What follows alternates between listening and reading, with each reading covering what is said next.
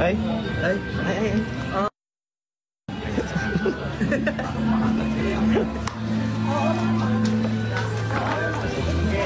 Okay.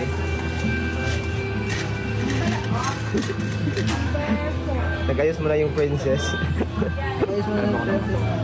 Gloves, gloves. Okay. Video ka na? Oo. Yeah, sa oy. Sige lang. Wala na kay Kwan ba? Dapat kayo mga Hey guys.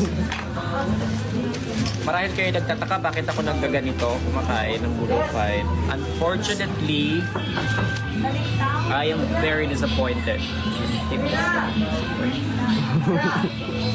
I am very disappointed dahil yung guest ko po is nag-cancel po sila ng island hopping with bulufay setup last minute.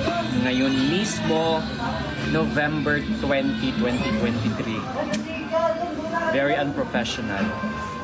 So syempre, since napamili na namin lahat ng mga food, kami na lang yung kakain.